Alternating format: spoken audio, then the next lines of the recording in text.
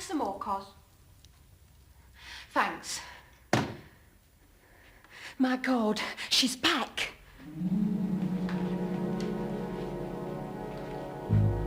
She's getting out of the carriage. Come on, Ryder, get a move on.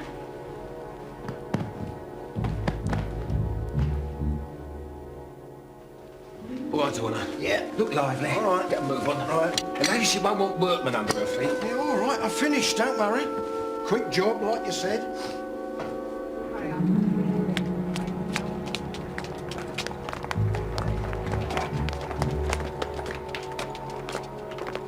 Oh, yeah. Yeah, nice. Nice. Oi. Countess, eh? Have to get by appointment on my barrow. Come on, mate. Out.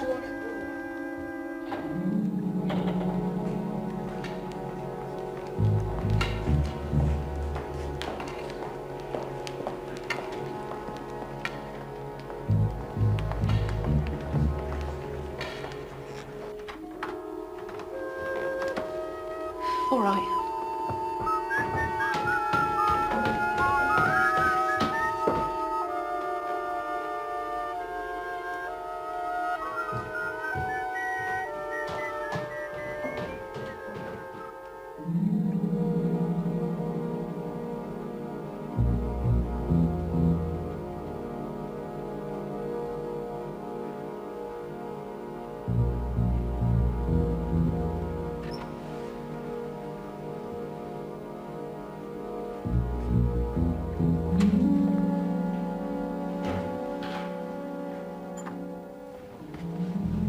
Over there will do.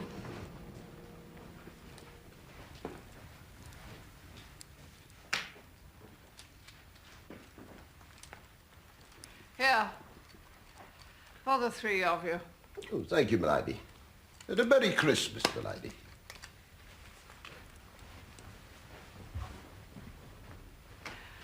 Ring for tea, Cusack. Yes, my lady. I need something to sustain me.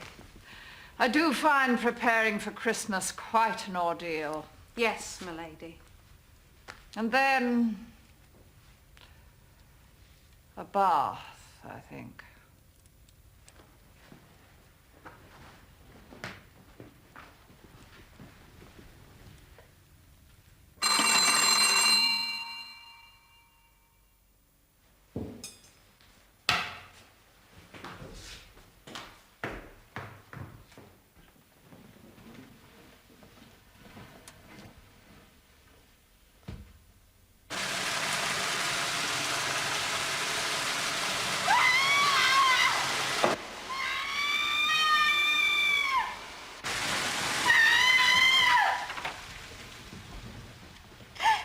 Lady? Blue Carbuncle! Blue Carbuncle! Stolen!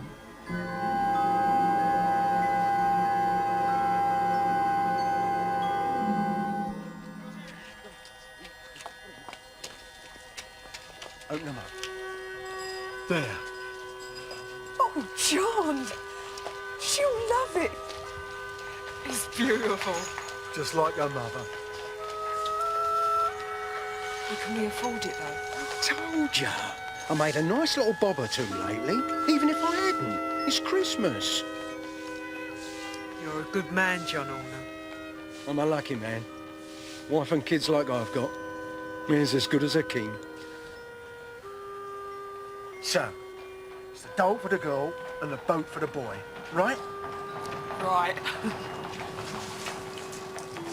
Spending the loot already, are we, Horner? What do you mean?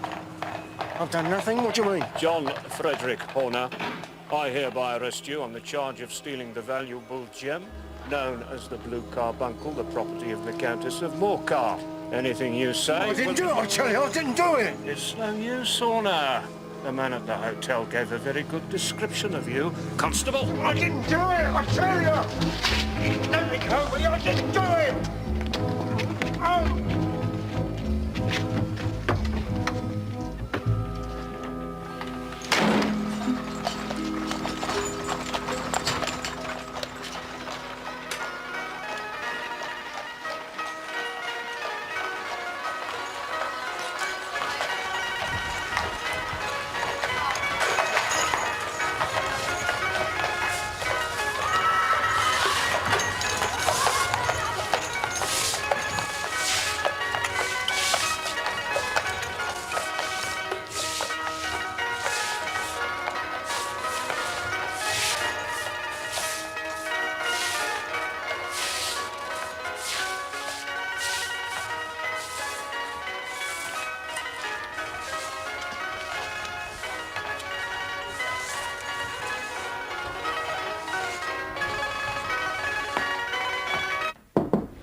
Mr. Holmes!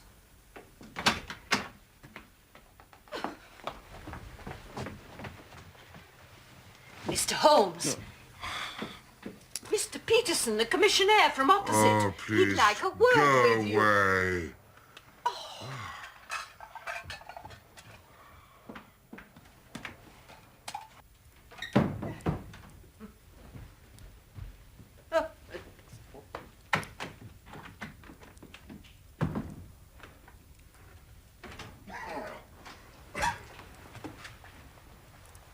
I'm sorry to disturb you, Mr. Holmes. Peterson. Put down your goose. And your hat. It's a fine purchase. I myself favor a goose for Christmas dinner. Well, that's part of the problem, Mr. Holmes. The bird is not mine. You might say, I come by it. For Mrs. Henry Baker, and obviously not your hat. No, sir. Well, there were peculiar circumstances, and I didn't know what to do for the best. It hardly seemed to matter for the police. So I talked to the wife about it, and she suggests I'll come and see you. Not the wise, Mrs. Peterson. Sit down, my dear fellow, and describe these peculiar circumstances to me. Well, sir, it was like this. Last night, I was on my way home from a little celebration. Well, at this time of the year, some of us commissionaires meet to wish each other the season's greetings. Exactly. The season's greetings. Oh, you're a top, sir. Oh, your good health, sir. Well, as I was saying, I was on my way home when I came across what you would only describe as a fracas.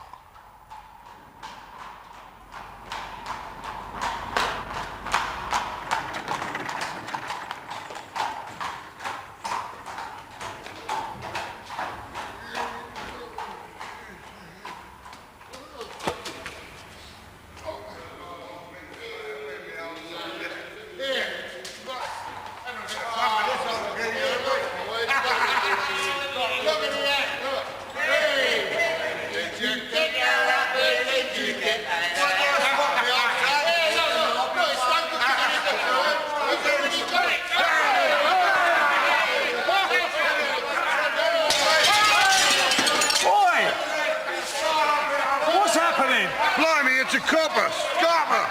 Get out of here! Get out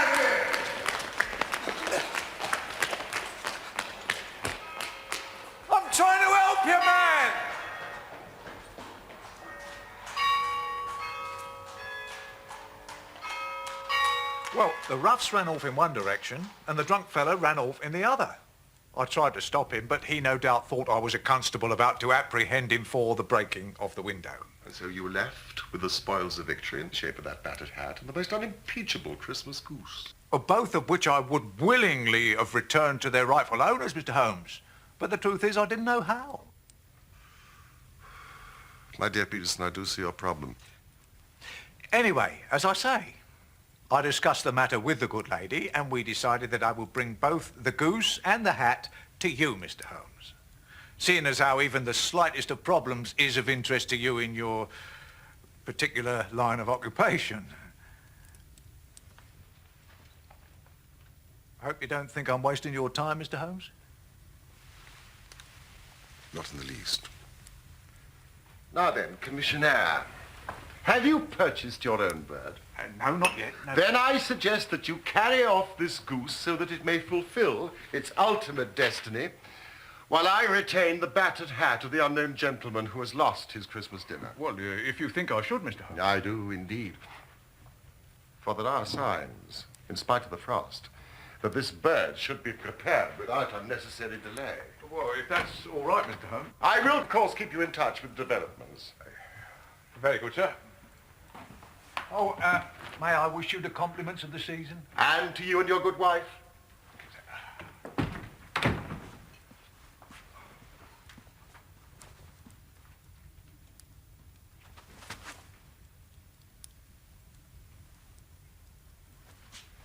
But you still haven't found the jewel. Not yet, no, my lady. But we do have the man Horner. Or have a clue as to its whereabouts. And I think we may assume that he had one accomplice, if not more. Well, what of that? Contrary to popular fiction, my lady, there is very little honour amongst thieves, and even less with the right inducement. Inducement? Do you mean a reward? Yes. Why should I offer a reward? In my experience, and it is considerable, I have found that the offer of a reward would very soon set the greedy cat amongst the criminal pigeons. Well? I should be very surprised if I did not gain a result within 24 hours.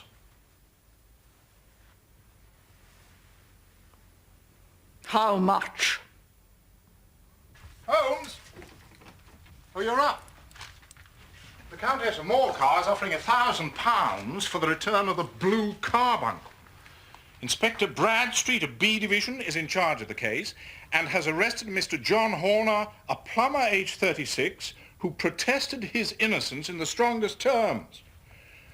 Circumstantial evidence was so strong that the case has been referred to the assizes.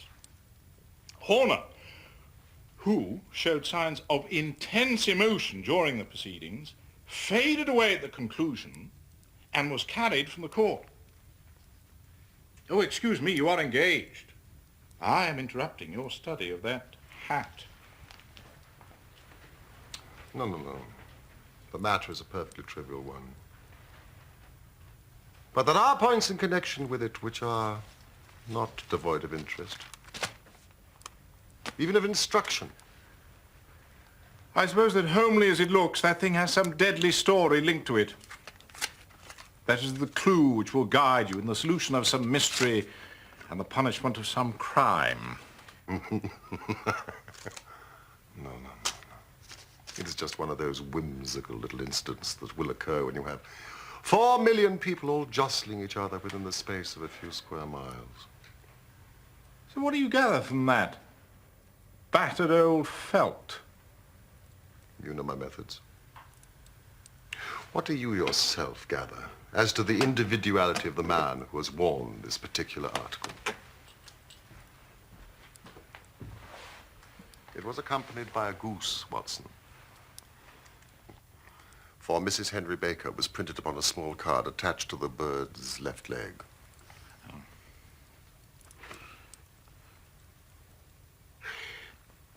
Well, apart from the initials inside, HB, presumably Henry Baker, I can see nothing. On the contrary, Watson, you can see everything, but you fail to reason from what you see.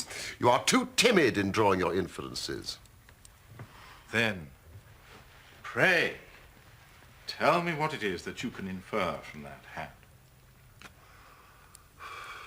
That the man is highly intellectual is, of course, obvious. And also that he was very well-to-do within the past 3 years, although now he has fallen upon evil days. He had foresight, but less now than formerly, pointing to a moral retrogression, which, when taken with a decline in his fortunes, seems to indicate an evil influence. Probably drink. This may account also for the fact that his wife has ceased to love him. My dear Holmes. He has, however, retained some degree of self-respect. Now, he leads a sedentary life. He's out of training entirely. He's middle-aged, has grizzled hair, which he has had cut within the last few days, and which he anoints with lime cream. It is also highly improbable that he has gas laid on in his house. Yeah, well, now you are certainly joking. Not in the least. Well, I have no doubt that I'm very stupid. For example, how do you deduce that the man is intellectual? It is a question of cubic capacity. A man with so large a head must have something in it. Well, the decline in his fortunes, then? These flat brims with the curled edges came in 3 years ago. It is a hat of the very best quality, Watson. Look at the band of ribbed silk and the excellent lining. If this man could afford so expensive a hat 3 years ago and has had no hat since, then he has assuredly gone down in the world. What about the foresight and the moral retrogression? Ah, here is the foresight. These securers are never sold upon hats. If this man ordered one, it is a sign of a certain amount of foresight, since he went out of his way to take precaution against the wind. But as you see that he has broken the elastic and has not troubled to replace it, a weakening nature. The further points that he is middle-aged, that his hair is grizzled, that it has been cut recently, and that he anoints it with lime cream can all be gathered by an inspection of the lower part of the lining, Watson, and witness the moisture. Obviously a free perspirer, therefore not in the best of training. But his wife, you said she had ceased to love him. This hat has not been brushed for weeks.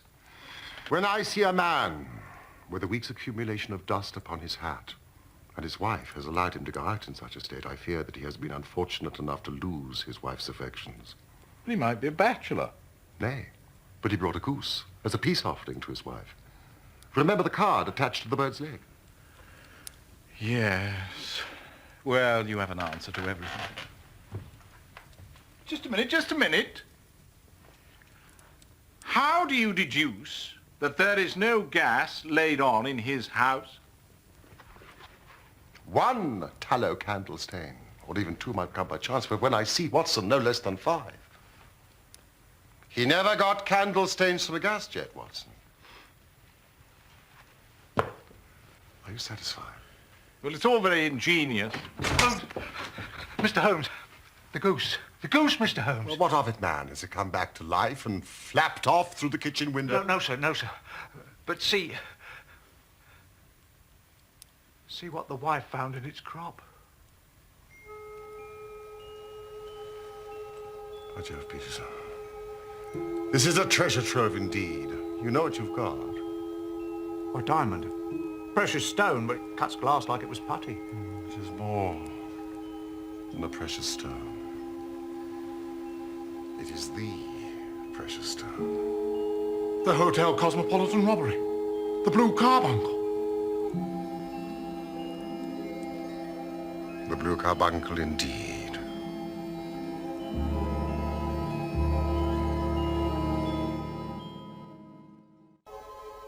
It is absolutely unique. Its value can only be conjectured. And your reward, Peterson, of £1,000 is not within a 20th of its market price. £1,000? Oh, Lord have mercy. You must admit, Watson, that my deductions in regard to this hat have suddenly assumed a more important aspect. Yes, point taken, Holmes. Now, the question for us now to solve is to trace the sequence of events from a rifle duel case at the one end to the crop of a goose at the other. There is the stone. The stone came from the goose. The goose came from Mr. Henry Baker, the gentleman with the shabby hat and all the other characteristics. So now we must set ourselves very seriously to finding this gentleman and to ascertaining what part he had to play in this little mystery. Found. At the corner of Goodge Street, a goose and a black felt hat. Mr. Henry Baker can have same by applying at 6:30 this evening at 221B Baker Street. Clear and concise. Yes, very, but will he see it? Well, I'm sure he will keep an eye on the evening papers. For the poor man, the loss was a heavy one. Oh, Peterson, just nip down to the advertising agency and have this put in all the evening papers. Which one, sir? The Globe, Star, Pall Mall, St. James Gazette, Echo, Evening News, Standard, and all the others that may occur to you. Right away, sir. And the stone? I shall keep the stone. Thank you, Peterson. Yes, sir. Oh, and Peterson, would you pick up a goose on your way back? Give him the money, will you, Watson? We must have something to give Mr. Henry Baker to take the place of the one that your family will very soon be devouring. Oh, thank you, sir. £1,000?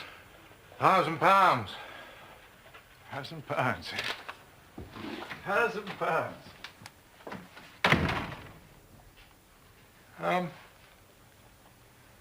What will you do with the stone? I shall keep it in my museum.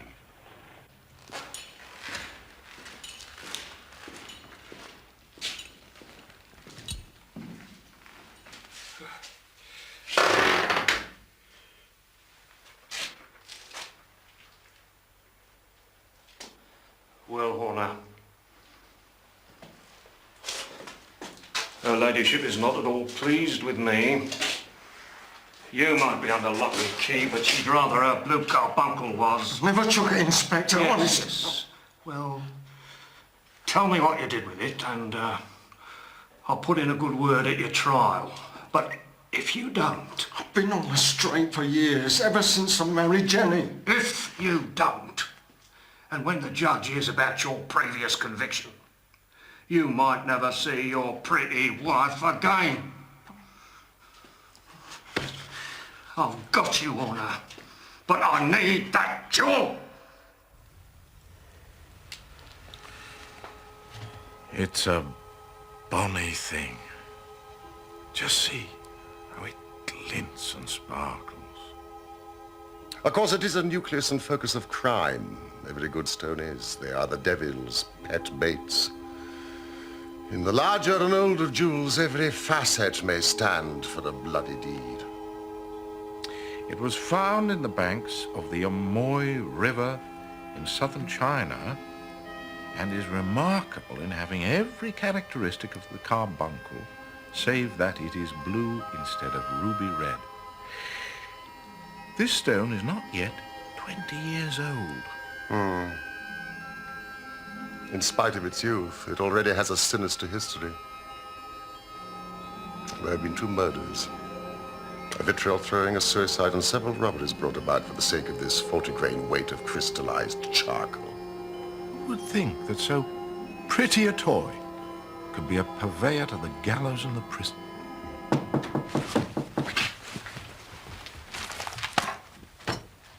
Come in. Mr. Henry Baker, I believe.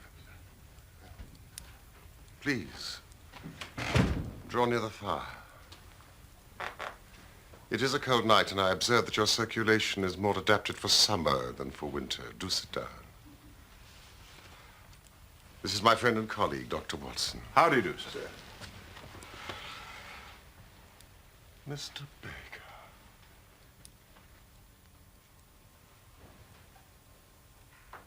Is that your hat? Oh, yes. Oh, it is undoubtedly my hat. Thank you, sir. I would have advertised its loss, but shillings have not been so plentiful with me as they once were. I had no doubt that the gang of roughs who assaulted me had carried off both my hat and the bird. I did not care to spend more money in a hopeless attempt at recovering them. Yes, well, of course, that is very understandable. Oh, by the way, about your bird. We were compelled to eat it. To eat it? It would have been a little use to anyone had we not done so. But we have another goose upon the sideboard there, which I presume will answer your purpose equally well. It is about the same weight and perfectly fresh, as you can see. Oh, yes, most certainly. Of course, we have kept the feathers, legs, crop, and so on of your own bird, if you so wish. They might be useful to me as relics of my adventure, but beyond that, I can hardly see what use the disjecta membra of my old acquaintance could possibly be to me. Oh, no, sir, with your permission, I shall confine my attentions to the excellent bird which I perceive upon your sideboard.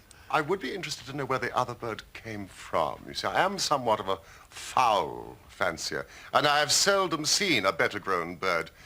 It would be of great interest to me to know precisely how it came into your possession. It was the club, sir, the Goose Club. So, the Goose Club? What were the exact circumstances? I am not a rich man, as you may see, sir, but I make a humble living, and a respectable one, if I may say so, in the British Museum. Studying? Studying, you might say, and helping others with their studies. I have a certain knowledge of books. That day, sir, I had finished work early and left the museum in the afternoon. I had a little business to attend to before calling in at the Alpha public house. Several of us who work in the museum frequent that establishment, and this year our good host, Mr. Windigate, had instigated a goose club, by which, on consideration of some few pence each week, we were to receive a bird at Christmas.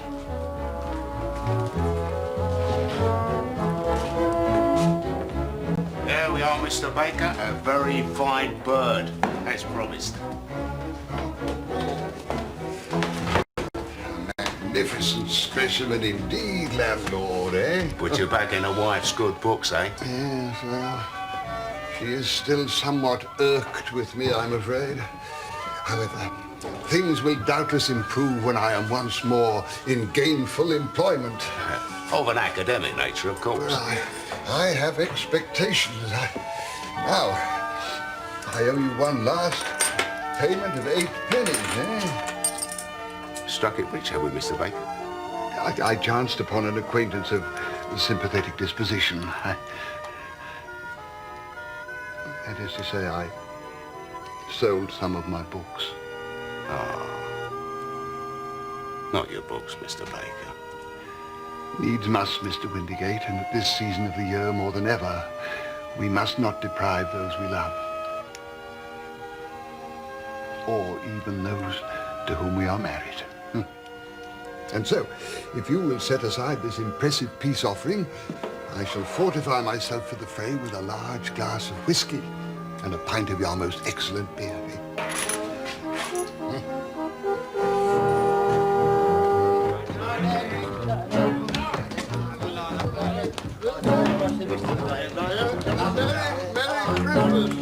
Same to you, Mr. Baker. Here we are, my dear. Monsieur, sir. Come on. Inside. Come in. Well, sir, on my way home, I was attacked by the gang of roughs who, I believed, had stolen the goose. My hat came off in the scuffle, but I remember little of it, save that a uniformed officer appeared on the scene, and we all made off. Yes, of course. We quite understand. In the circumstances. Well, all's well that ends well.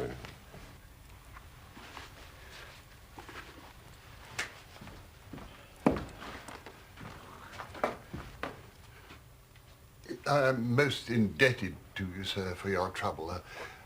A Scottish bonnet, I fear, is fitted neither to my years nor to my dignity. My compliments of the season to you, sir. And to you too, sir. Oh, thank you, sir. Oh, by the way, do you have gas laid on in your house? Gas? Alas, no. Jolly good. Merry Christmas.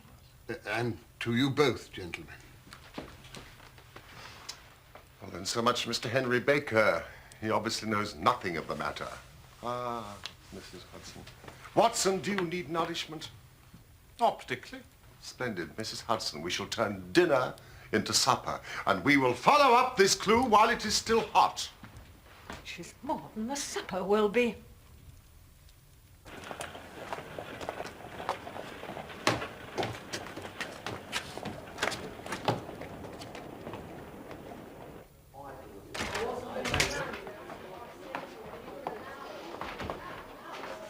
Good evening, gentlemen. And a very cold one. It is indeed, landlord, it is indeed. And what shall be your pleasure? Here, Watson. What? Oh, yes. Splendid. Two of your very best glasses of beer. Right away, sir. Your beer should be excellent if it is as good as your geese. What geese? Yes, we were talking half an hour ago to Mr. Henry Baker, member of your goose club. Yes, but you see, them's not our geese. Whose, then? Well, I got the odd 24 from a salesman in Covent Garden. Who might that be? Name of Breckenridge. A purveyor of the finest quality. Mind you, if it's a bird you're after, I'd get to him as soon as poss. Oh, it's a very busy time of year, as you'll appreciate. Well, thank you so much for your advice. Will you have a glass of beer with us, landlord? Well, God bless you for a gentleman.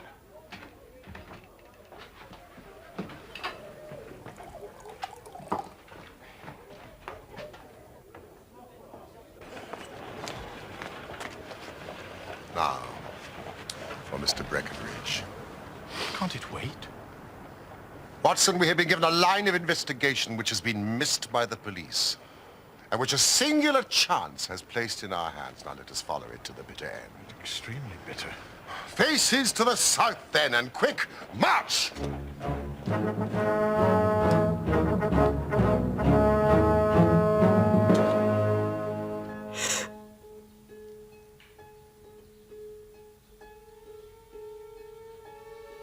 Please. I don't believe you, John. I do, really. But how can I with all what the police are saying? Well, I'm only saying that because I was there on the day. It's a put-up job. Is that really the truth? I promised when I married you, I'd never tell you a lie. I've kept my promise. Always will.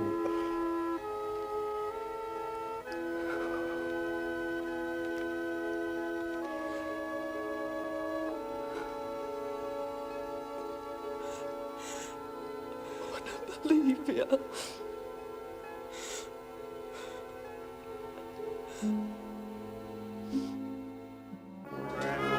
Merry gentlemen, let nothing you dismay. Hello, Mum. Come and get your turkey. Here, take your turn on a turkey. It's the last few. All fresh this morning. Got to clear them up by the night.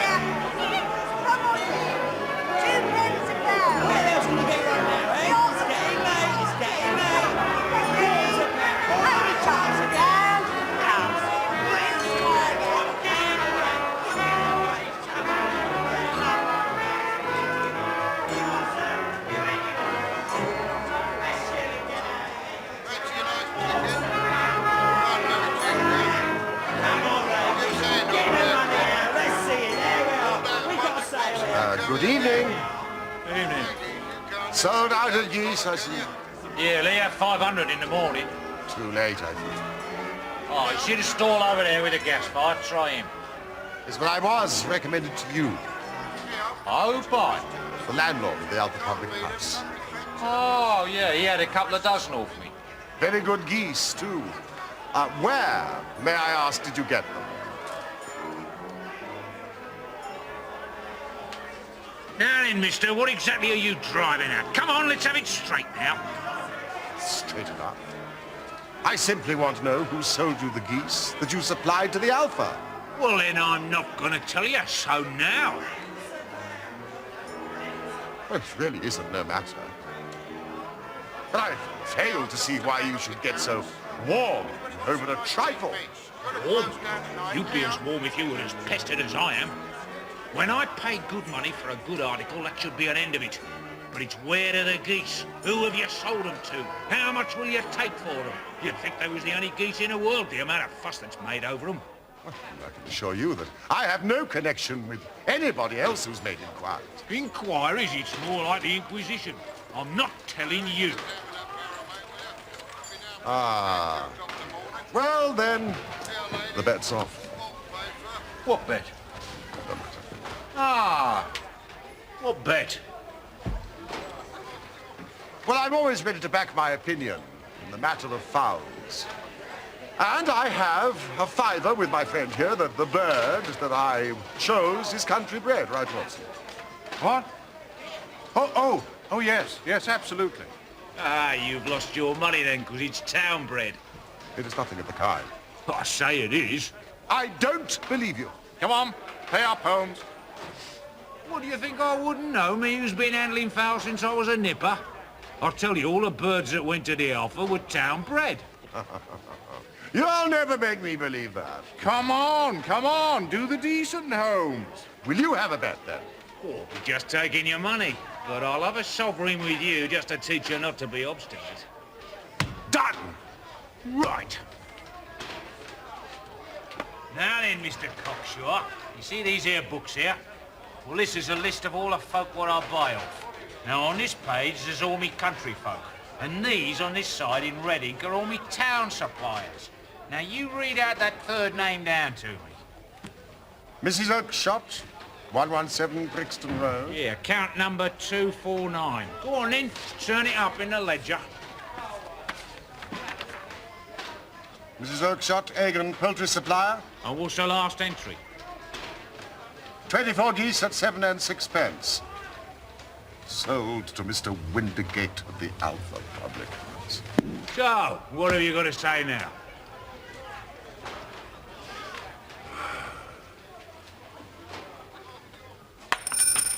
What about this gentleman's fiver?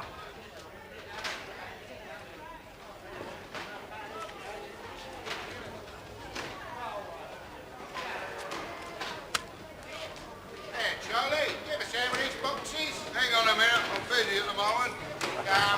Well done, Holmes. Shall we see this Mrs. Oakshott tonight? Oh, no, not you again. I've had enough of you. Listen, I've told you before. Clear off! The thing is, there were two grey-headed geese. Now, listen, I've had enough of you and those geese. I wish it was all at the devil together. If you come pestering me any more with your silly talk, I'll set the dog on you. Now, look here. Mrs. Oakshott told me. You bring Mrs. Oakshott here, and I'll answer her. But what have you got to do with it, eh? Did I buy the geese off you? No, but one of them was mine, all the same. Well, you go and ask Mrs. Oakshott for it. She told me to ask you. You can ask the King of Prussia for all I care. I've had enough of this. Go on, get out of it. This may save us a trip to Brixton.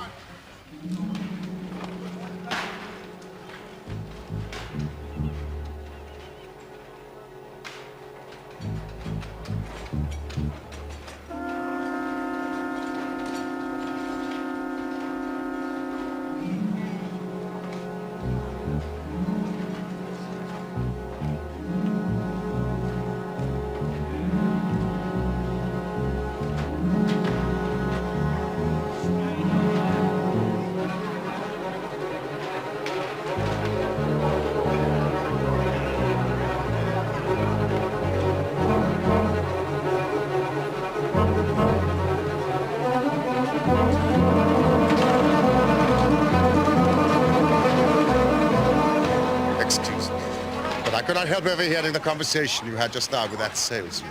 I think I can be of assistance to you in this matter. You? Who are you? My name is Sherlock Holmes. It is my business to know what other people don't know. You can know nothing of this. On the contrary, I know everything of it. I know that you are trying to find out the whereabouts of some geese sold by Mrs. Oakshott of Brixton Road to our friend, Mr. Breckenridge, over there, who in turn sold them to Mr. Windigate of the Alpha Public House. Sir, you're the very man I've longed to meet. I can hardly explain to you my interest in the matter. Then I suggest that we carry on this conversation in rather more comfort. Caleb!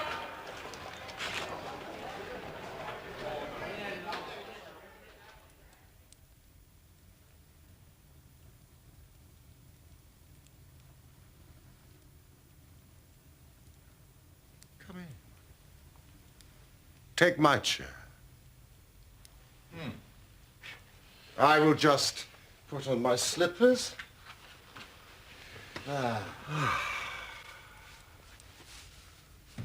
I think we should know the name of the gentleman whom we have the pleasure of assisting, don't you, Watson? John Robinson. Oh, no, no, no. Your real name. It is so awkward doing business with an alias. Well then, my real name's Ryder. James Ryder. Yes, Mr. Ryder. Upper attendant at the Hotel Cosmopolitan. Yes.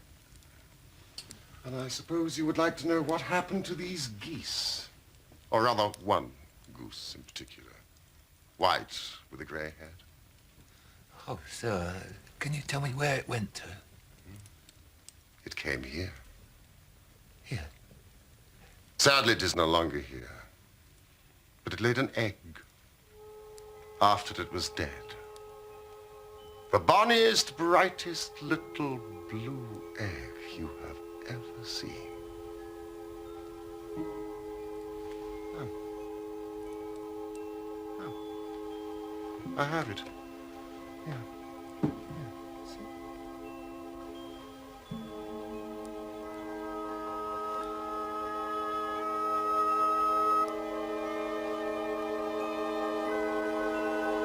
The game's up, Ryder.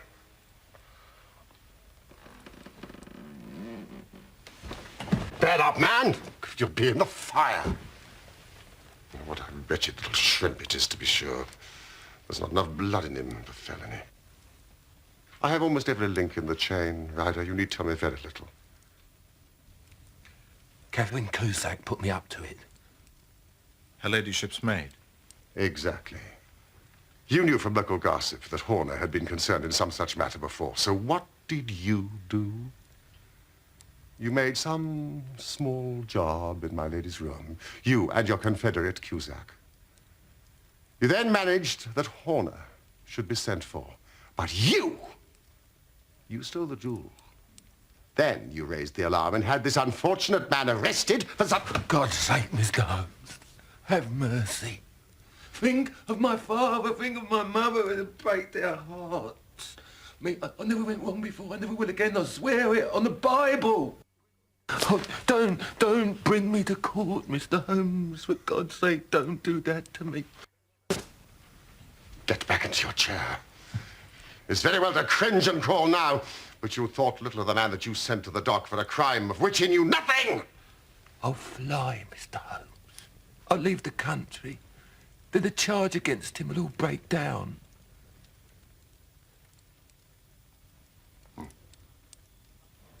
We'll talk about that later. Now tell me, how came the stone into the goose? And how came the goose into the open market? Tell me the truth now, for that is your only hope of safety. I'll tell it to you just as it happened. I thought it was best to get away with the stone as quick as I could, for I didn't know at what moment the police might not take it into their heads to search me and my room. There was nowhere in the hotel where it would be safe. So I went out, as if on some commission, and made for my sister's house to think things over. Why, Jem, whatever is it? You look terrible. I had a bit of turn, Maggie. There's been a robbery at the hotel. You better come in. I went through into the backyard where she kept the geese. Smoked a pipe and wondered what it would be best to do. I knew that my stomach wasn't going to stop feeling like a bag of ferrets till I found somewhere to hide the stone for a while. When suddenly, I looked at the geese, which was hissing and huddling in the corner of the yard. My sister had told me that I might have the pick of her geese for a Christmas present. I picked out one of the birds, a fine big one with a grey head.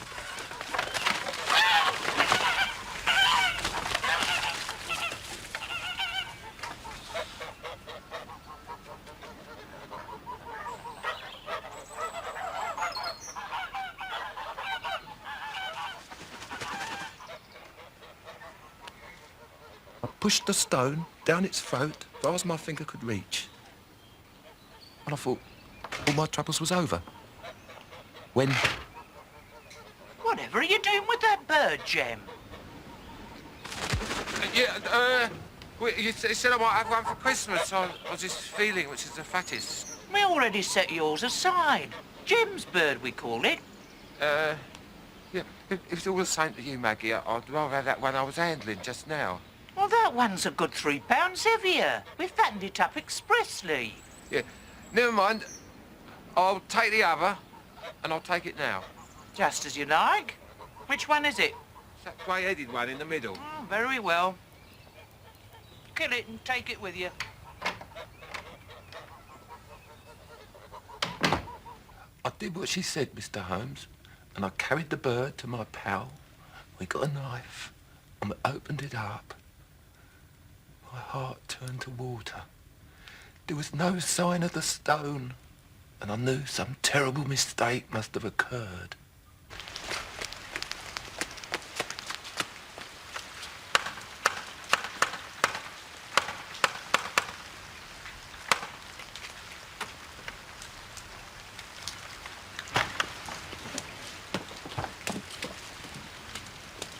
Where they all gone? To the dealers. Which dealers? Breckenridge at Covent Garden. Tell me, just tell me, was there another one which had a grey head? That's right, 2. I could never tell them apart, I couldn't. Well, what's the matter? What's all the hurry? I ran as hard as my feet would carry me to this man Breckenridge, but he'd sold the lot, and not one word would he tell me as to where they'd gone. I thought I'd go mad. And now, I'm a branded thief without ever having touched the wealth for which I sold my character. God help me. God help me.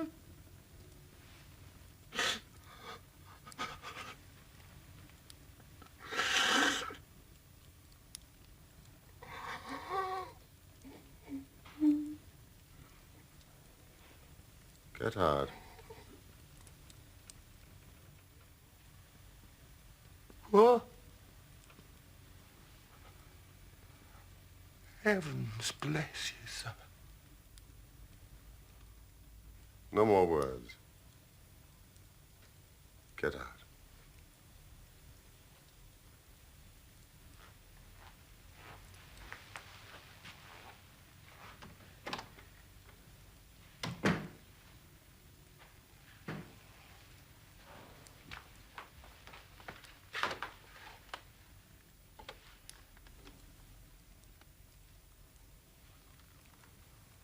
I must confess, Holmes, to being a little surprised. I am not retained by the police to supply their deficiencies.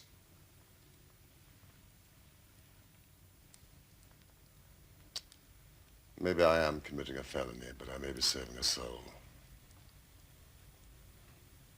Send him to jail now, you make him a jailbird for life.